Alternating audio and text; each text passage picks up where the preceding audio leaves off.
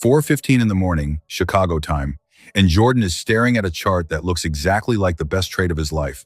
The E-mini S&P is coiling under a level it tested twice overnight. Volume is drying up the way it always does right before it doesn't. His cursor sits on the order ticket. His coffee is still too hot to drink, and his hands are completely unnaturally still. That stillness should have scared him. It didn't. Because 6 weeks earlier, this exact setup, same time of day, same coil, same volume signature, had put $11,000 in his account in 14 minutes. He remembers the sound the fill made. He remembers thinking, this is what it feels like when you've finally figured it out. So when the coil breaks this morning, he doesn't take his normal size. He takes 4 times his normal size. Not out of anger, not out of desperation, out of certainty. The kind of certainty that only shows up after you've already been right. The trade goes against him in the first 90 seconds. He doesn't panic. Panic would have saved him. Panic would have made him hit the button. Instead, he does something worse. He waits, calm as a surgeon, because this is his setup. And his setup doesn't fail, and any second now it's going to turn. It doesn't turn. 11 minutes later, the account that took him 3 years to build is gone. Here's what I need you to sit with before I explain anything else. Jordan did not blow up because he was reckless. He blew up on the one trade all year where he felt the least fear he had ever felt in his trading life. And that is not a coincidence. That is the pattern. That is the entire thesis of what you're about to hear. I spent the last several months going through the post-mortems of 100 blown trading accounts, forex, futures, options, crypto, retail traders across the US, the UK, and Canada. People with real track records, not gambling degenerates who deposited rent money on a whim. People who knew the rules. People who had already survived years in the market before the account that finally ended them. I read their trade journals where they kept them. I read their broker statements. I talked to a number of them directly, off camera, on the condition that I change enough details to make them unrecognizable, which is why every case study in this video is a composite, real patterns, blended and anonymized. So no single person gets pointed at, and no single person gets to hide behind, well, that's not exactly what happened to me. And here's the thing that made me stop everything else I was working on and build this video. Almost everyone, including most of the traders themselves, misdiagnoses their own death. They'll tell you it was revenge trading. They'll tell you they forgot their stop loss. They'll tell you they got greedy and put on too much size in a moment of weakness. Those explanations are comforting because they let you believe the killer was a moment of failure, a lapse, a slip, something you can point to and say, I just need to not do that again. The real answer is worse than that, and it's not what you think. I'm going to walk you through the false leads first, because you need to see them collapse with your own eyes before the real pattern will make sense, and I promise you, by the end of this, you're going to recognize the actual killing trade in your own history, possibly one you've never even flagged as dangerous, because it didn't feel dangerous. That's the whole point. Stay with me. Let's start with revenge trading, because it's the easiest villain to blame, and it's the first thing every trading coach on this platform will tell you killed your account. The story goes, you take a loss, your ego can't sit with it, so you re-enter bigger and angrier to win it back, and that's the trade that finishes you. It's real. It happens. But when I actually map the final trades of these 100 accounts against the trade immediately before them, only 19 showed the classic revenge signature, a loss, followed within minutes by an oversized, poorly planned re-entry in the same direction, same instrument. Clear emotional escalation in the language of the journal entry, if one existed. 19 out of 100. That's not nothing, but it's nowhere near the dominant cause. And it's definitely not the headline. Revenge trading is the flu of account destruction common, well-known, treatable if you catch it early. It is not the disease that's actually running through this population. Take Priya, futures in crypto, systematic in her approach, the kind of trader who backtests everything and treats discretion like a dirty word. Her final trade was not preceded by a loss at all. It was preceded by 4 consecutive winners. Whatever killed her, it wasn't revenge. Revenge needs a wound to react to. She had no wound. She had a winning streak. And a winning streak is a completely different animal. And we'll come back to her, because her account is one of the clearest windows into what's actually going on. Second false lead, no stop loss. This is the one that gets repeated so often. It's basically scripture in trading education. Always use a stop, and if you don't, that's what kills you. When I pulled the data, 61 of the 100 accounts did have a stop loss placed on the final trade. Not a mental stop, not a "I'll get out if it feels wrong" stop. An actual order sitting on the exchange. So for the majority of these accounts, the stop loss wasn't missing. It was there. It just wasn't where it needed to be, or it got moved, or the position size around it was so large that even a stop being hit at the correct technical level still took out an unsurvivable percentage of the account. A stop loss doesn't protect you from a trade that's 10 times too big. It just tells you exactly how much you're going to lose, with precision, on schedule. Dave is the clearest case here.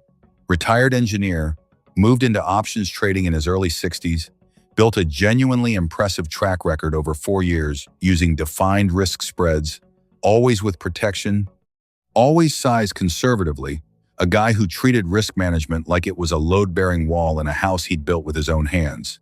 His final trade had a stop. It executed exactly where it was supposed to. The problem wasn't the stop.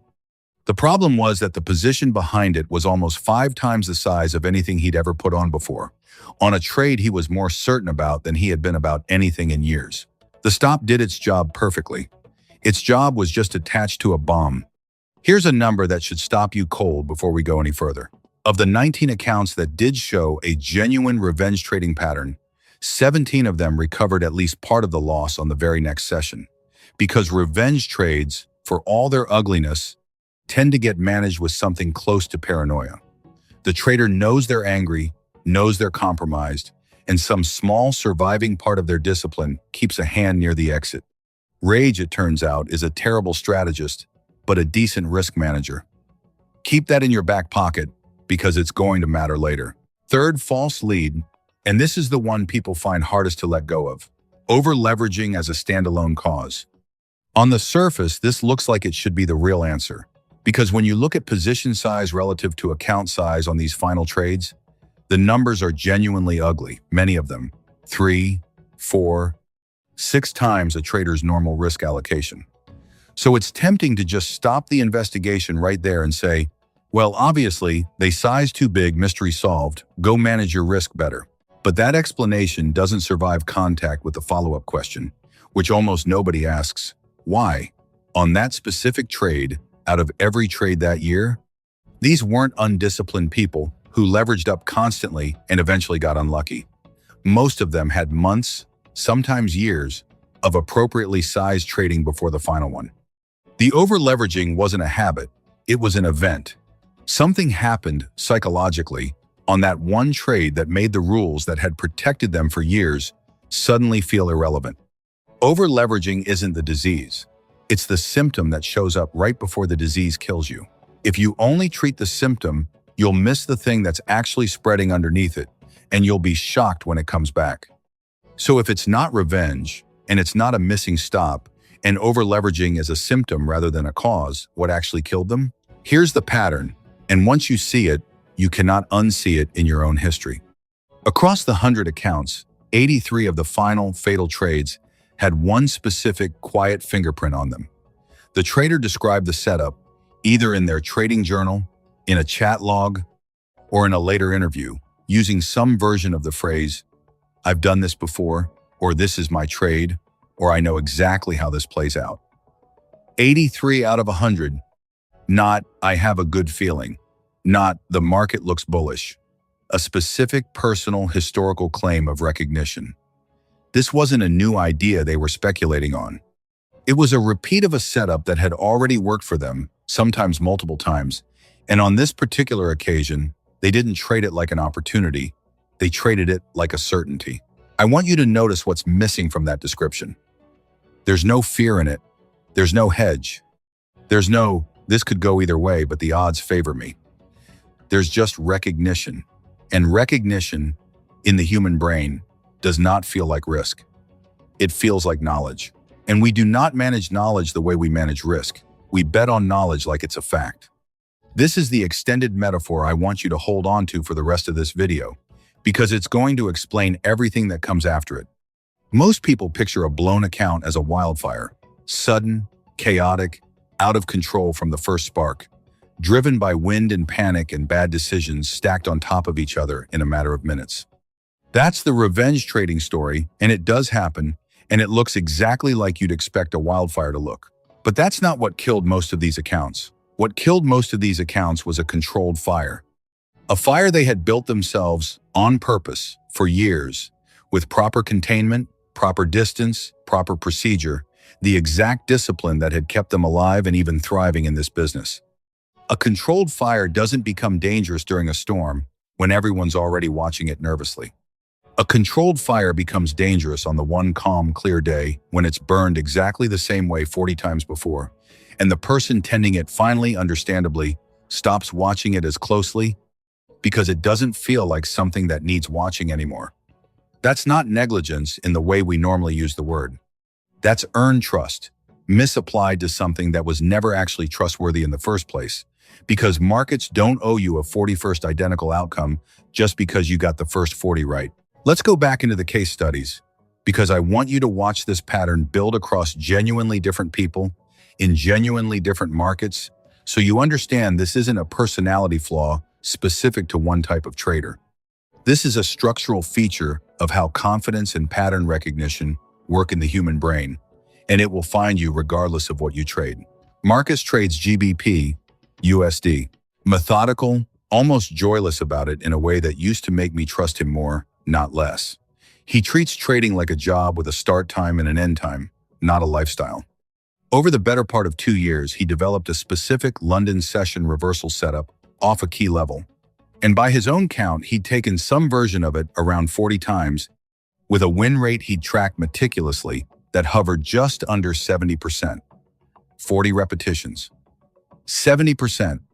In his mind, at some point, that stopped being a statistic and started being a fact about the world. The same way you'd trust that a bridge that's held for 40 crossings will hold on the 41st.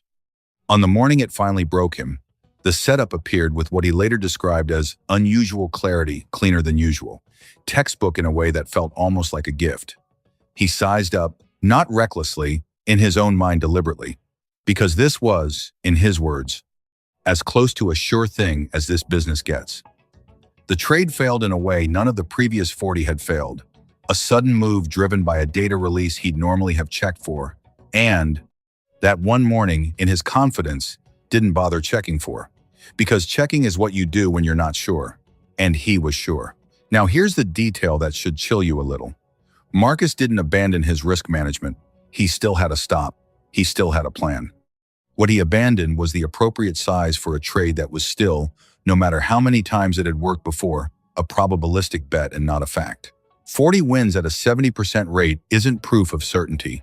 It's exactly the kind of streak that produces false certainty, because human beings are pattern recognition machines that were never built to distinguish between this has worked most of the time and this cannot fail. Ask yourself, honestly, how many trades you've taken that you would describe, even privately, as close to a sure thing as this business gets. Now ask yourself what size you put on it. If the honest answer is bigger than usual, you already know exactly what this video is about, because you've already lived a small, survivable version of it. Priya's story runs almost in parallel. Different market, same architecture. Her systematic Bitcoin breakout strategy had a real edge. She wasn't fooling herself. The backtest held up.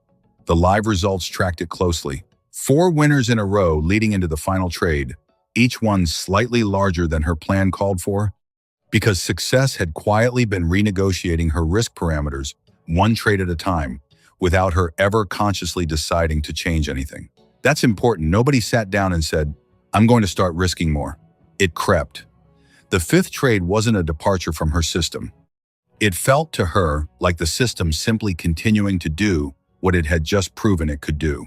The breakout failed, reversed hard, and because her position was now roughly triple her original sizing model, the loss didn't just erase the 4 prior wins.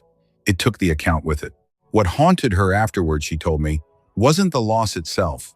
It was that she checked her position size before entering, saw the number, and felt nothing off about it. No internal alarm, no pause. The very instinct that was supposed to catch an oversized bet had already been recalibrated by 4 winning trades to accept a new, wrong normal as the baseline. That's the quiet part nobody warns you about. The alarm system itself can be trained out of going off. Dave's story is the one that gets me every time, because he'd survived nearly 4 years of disciplined options trading through some genuinely difficult markets, the kind of stretch that kills most retail accounts in the first 6 months. His fatal trade was an earnings play on a large-cap stock, a setup he had run successfully something like a dozen times using defined risk spreads. On this occasion, he later admitted, he felt something close to boredom with his usual size. A sense that after 4 years of proving himself right, small, careful bets were beneath the conviction he'd earned.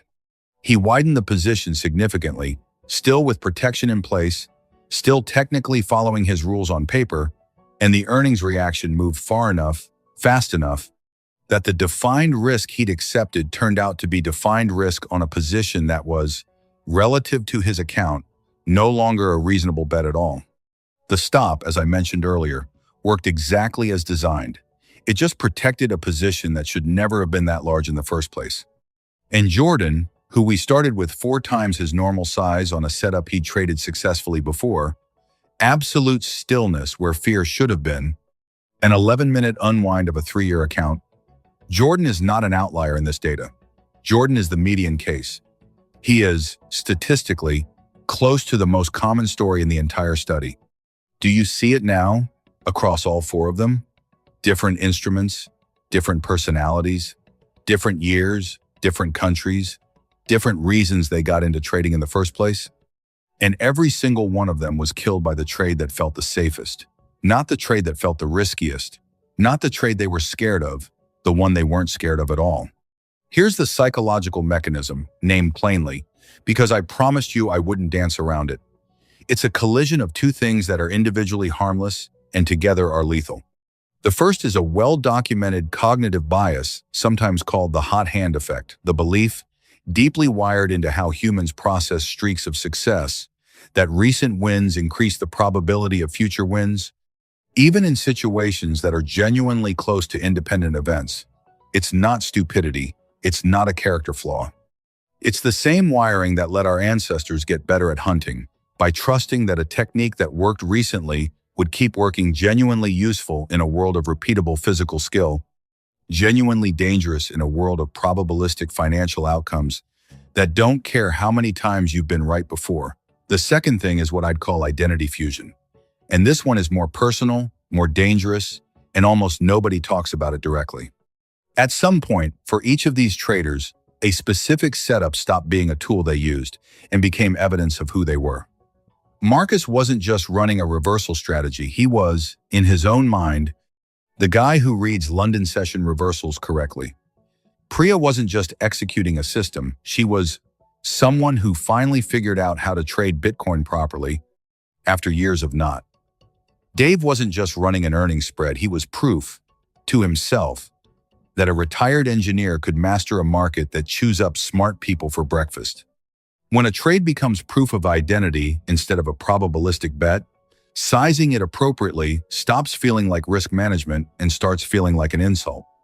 You don't hedge your identity, you commit to it. Put those 2 things together, a brain that reads a streak as rising certainty fused with an ego that has quietly staked its self-image on a specific setup, and you get a moment that doesn't feel like danger at all. It feels like arrival. It feels like the market finally agreeing with you.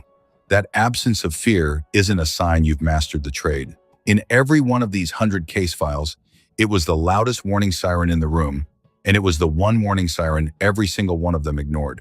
Because it doesn't sound like a siren. It sounds like confidence. And confidence is the thing every trading book on the planet tells you to build. This is the moment where it should click for you. The way it clicked for me, somewhere around account 40 in this study, when I stopped seeing 40 separate stories and started seeing one story wearing 40 different costumes. The trade that kills most experienced traders isn't the ugly, chaotic, obviously bad trade. Those trades get stopped out small because on some level, even in the moment, you know you're not sure. And not sure people manage risk properly, almost by instinct. The trade that kills you is the beautiful one, the clean one, the one that looks exactly like your best work The one where, for once, you don't feel the low hum of doubt that's normally sitting underneath every position you take, and instead of recognizing that silence as strange, you mistake it for mastery. So here's the reframe I want to leave you with, and I want you to actually sit with this instead of nodding along and moving to the next video. The entire industry teaches you to build confidence, as if confidence were the finish line. Get good enough, be right often enough, and eventually you'll trade from a place of calm certainty instead of anxious uncertainty. But calm certainty is exactly the state that was present in the overwhelming majority of these 100-account deaths. Fear, ironically, was protecting these traders for years. It was the friction that kept their position sizing honest.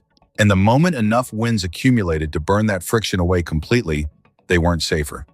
They were standing closer to the fire than they had ever stood, on the one day they'd finally stopped watching it. Risk management was never really about protecting you from your worst trades. Your worst trades, the ones that look obviously bad, mostly take care of themselves. You get out early because deep down you know you're guessing. Risk management exists to protect you from your best-looking trade, the one dressed up as a sure thing, because that's the only trade convincing enough to make you abandon the very rules that got you far enough to be in a position to blow up a real account in the first place. Ego doesn't usually attack you when you're weak and uncertain. It attacks you when you're finally strong enough to believe you don't need the armor anymore. If there's one thing I want you to carry out of this video, it's this. The next time you're about to take a trade and you notice you feel nothing, no doubt, no hesitation, no need to double check. Don't take that as a green light. Take it as the exact moment your risk rules matter the most, because that stillness isn't the reward for years of discipline. In every single one of these 100 case files, it was the disguise the killing trade wore right up until the moment it took everything. None of this means confidence is the enemy. You need conviction to pull the trigger at all. In any market, on any instrument, a trader who's terrified of every entry doesn't survive either. They just die slower, bleeding out on hesitation instead of blowing up in a single session. The line isn't between confidence and fear. It's between confidence that still checks the size and confidence that's decided checking is no longer necessary. Marcus, Priya, Dave, and Jordan didn't fail because they believed in their setups. They failed because belief, at a certain intensity, quietly rewrites the rules it's supposed to operate inside of, and none of them noticed the rewrite happening in real time. That's not a character flaw unique to them. That's what belief does to almost everyone. Eventually, if it's never forced to justify itself against a stopwatch and a hard number. I want to hear from you, honestly, in the comments, not the trade you regret the most, but the specific moment, the exact trade that came closest to blowing your account and didn't, and what it actually felt like right before you took it. I read every one of these, and I promise you, the patterns in the comment section end up teaching me as much as the case files did. If you want more of this unfiltered, no gimmick indicators, no hopium, just what's actually happening inside the accounts and the heads of the people trading them, subscribe, because this is exactly the kind of investigation this channel exists to keep doing.